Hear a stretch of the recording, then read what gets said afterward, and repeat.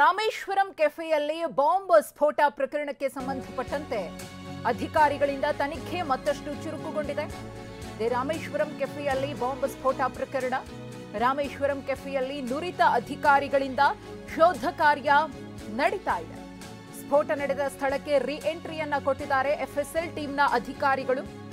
ಘಟನಾ ಸ್ಥಳದ ಪ್ರತಿಯೊಂದು ಮೂಲೆಯಲ್ಲೂ ಕೂಡ ಪರಿಶೀಲನೆಯನ್ನ ಮಾಡ್ತಿದ್ದಾರೆ. ಪ್ರತಿ ವಸ್ತುಗಳನ್ನ ಕೂಡ ಎಫ್ಎಸ್ಎಲ್ ತಂಡದ ಅಧಿಕಾರಿಗಳು ಪರಿಶೀಲಿಸುತ್ತಿದ್ದಾರೆ.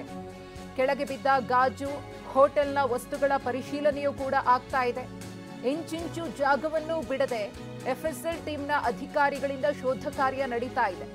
ಪ್ರಮುಖವಾಗಿ ಈ ಪ್ರಕರಣವನ್ನ ಗಂಭೀರವಾಗಿ ಪರಿಗಣಿಸಿರೋದ್ರಿಂದ ಈಗಾಗಲೇ ಎನ್ಐಎ ಅಧಿಕಾರಿಗಳು ಕೂಡ ಇನ್ನೆರಡು ದಿನಗಳಲ್ಲಿ ಅಧಿಕೃತವಾಗಿ ಪ್ರಕರಣದ ತನಿಖೆಗೆ ಇಳಿಯಲಿದ್ದಾರೆ.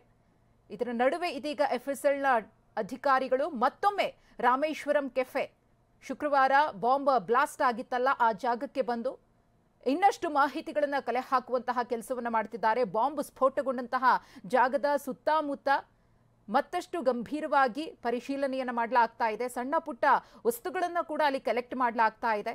ಈ ಹಿಂದೆ ಸ್ಫೋಟ ಸಂಭವಿಸಿತ್ತಲ್ಲ ಕೆಲವೊಂದು ಕಡೆಗಳಲ್ಲಿ, ಆ ಸ್ಫೋಟಕ್ಕೂ ರಾಮೇಶ್ವರಂ ಕೆಫೆಯಲ್ಲಿ ಆದಂತಹ ಸ್ಫೋಟಕ್ಕೂ ಸಾಮ್ಯತೆ ಇದೆಯಾ ಅನ್ನೋ ಆಯಾಮದಲ್ಲಿ ತನಿಖೆಯನ್ನ ಮಾಡಲಾಗ್ತಾ ಇದೆ.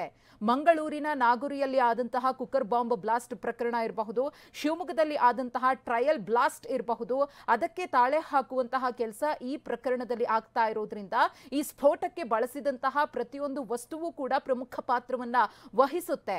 ಆ ನಿಟ್ಟಿನಲ್ಲಿ ಎಫ್ಎಸ್ಎಲ್ ಟೀಮ್ನ ಅಧಿಕಾರಿಗಳು ಮತ್ತೊಮ್ಮೆ ರಾಮೇಶ್ವರಂ ಕೆಫೆ ಜಾಗಕ್ಕೆ ಬಂದು ಶೋಧ ಕಾರ್ಯವನ್ನು ನಡೆಸ್ತಾ ಇದ್ದಾರೆ. ಅಲ್ಲಿ ಸಿಕ್ಕಂತಹ ಪ್ರತಿಯೊಂದು ವಸ್ತುಗಳನ್ನ ತೆಗೆದುಕೊಂಡು ಅದನ್ನ ಪರಿಶೀಲನೆ ಮಾಡುವಂತಹ ಕೆಲಸಕ್ಕೆ ಎಫ್ಎಸ್ಎಲ್ ಟೀಮ್ನ ಅಧಿಕಾರಿಗಳು ಮುಂದಾಗಿದ್ದಾರೆ.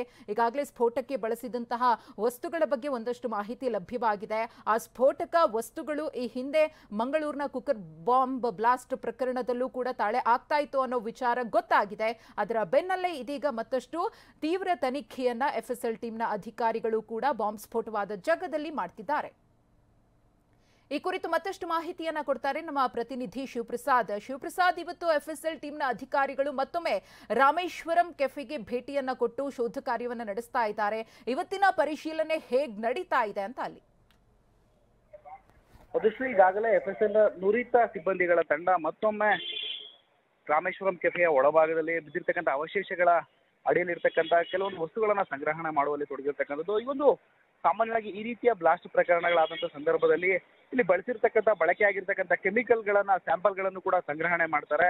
ಘಟನೆ ನಡೆದಾಗ್ಲಿಂದಲೂ ಕೂಡ ಸೋಕೋ ಟೀಮ್, ಎಫ್ಎಸ್ಎಲ್ ನ ತಜ್ಞರು ಹಾಗೂ ಅಲ್ಲಿನ ಸಿಬ್ಬಂದಿಗಳೆಲ್ಲರೂ ಕೂಡ ಇಲ್ಲಿರ್ತಕ್ಕಂಥ ಅವಶೇಷಗಳ ಅಡಿಯಲ್ಲಿರ್ತಕ್ಕಂಥ ಕೆಲವೊಂದು ಮಾದರಿಗಳನ್ನ ಸಂಗ್ರಹಣೆ ಮಾಡಿರ್ತಕ್ಕಂಥದ್ದು. ಈಗಲೂ ಕೂಡ ನುರಿತ ಸಿಬ್ಬಂದಿಗಳ ತಂಡ ಇನ್ನೂ ಕೂಡ ಈ ಒಂದು ಘಟನೆ ನಡೆದಿರ್ತಕ್ಕಂಥ ಪ್ರದೇಶದಲ್ಲಿ ಎಳೆದಿರ್ತಕ್ಕಂಥ ಅವಶೇಷಗಳ ಅಡಿಯಲ್ಲಿರ್ತಕ್ಕಂಥ ಕೆಮಿಕಲ್ಗಳ ಸಂಗ್ರಹಣೆಯಲ್ಲಿ ತೊಡಗಿರ್ತಕ್ಕಂಥದ್ದು. ಪ್ರಮುಖವಾಗಿ ಈ ರೀತಿಯ ಘಟನೆಗಳು ಸಂಭವಿಸಿದಂತಹ ಸಂದರ್ಭದಲ್ಲಿ ಯಾವೆಲ್ಲ ಕೆಮಿಕಲ್ಗಳನ್ನ ಈ ರೀತಿಯ ಬ್ಲಾಸ್ಟ್ ಅಲ್ಲಿ ಬಳಕೆ ಮಾಡಿದ್ದಾರೆ ಅನ್ನೋದು ಪ್ರಮುಖ ವಿಚಾರವಾಗುತ್ತೆ, ಮಹತ್ವದ ಸಂಗತಿಗಳಾಗುತ್ತೆ.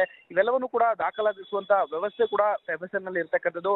ಒಟ್ಟಾರೆ ಈ ಮಾದರಿಯ ಕೃತ್ಯ ಮತ್ತೆ ಯಾವ ಹಿಂದೆ ನಡೆದಿರ್ತಕ್ಕಂಥ ಘಟನೆಗಳಿಗೆ ಸಾಮ್ಯತೆ ಹೊಂದಿದೆಯಾ ಅನ್ನೋದ್ರ ಬಗ್ಗೆ ತಾಳೆಯನ್ನು ನೋಡಲಾಗುತ್ತೆ. ಈ ಹಿನ್ನೆಲೆಯಲ್ಲಿ ಘಟನೆ ಸಂಭವಿಸಿರ್ತಕ್ಕಂಥ ಸ್ಥಳದಲ್ಲಿ ಸಿಗುವಂತ ಅವಶೇಷಗಳ ಮಾದರಿಗಳ ಸಂಗ್ರಹ ಸಾಕಷ್ಟು ಮಹತ್ವದ ಅಂಶಗಳಾಗಿರ್ತಕ್ಕಂಥ ಹಿನ್ನೆಲೆಯಲ್ಲಿ ಮತ್ತೊಮ್ಮೆ ನುರಿತ ಎಫ್ಎಸ್ಎಲ್ ನ ಅಧಿಕಾರಿಗಳ ತಂಡ ಈಗಾಗಲೇ ಬಿಟ್ಟಿರ್ತಕ್ಕಂಥದ್ದು. ಘಟನಾ ನಡೆದಿರ್ತಕ್ಕಂಥ ಸ್ಥಳವನ್ನ ಮತ್ತೊಮ್ಮೆ ಪರಿಶೀಲನೆ ಮಾಡ್ತಿದ್ದಾರೆ. ಕೆಲವೊಂದು ಮಾದರಿಗಳನ್ನ ಸೂಕ್ಷ್ಮವಾಗಿ ಸಂಗ್ರಹ ಮಾಡುವಂತ ಕೆಲಸದಲ್ಲಿ ತೊಡಗಿರ್ತಕ್ಕಂಥದ್ದು. ಮಧುಶ್ರೀ, ಧನ್ಯವಾದ ಶಿವಪ್ರಸಾದ್ ತಮ್ಮ ಮಾಹಿತಿಗಾಗಿ.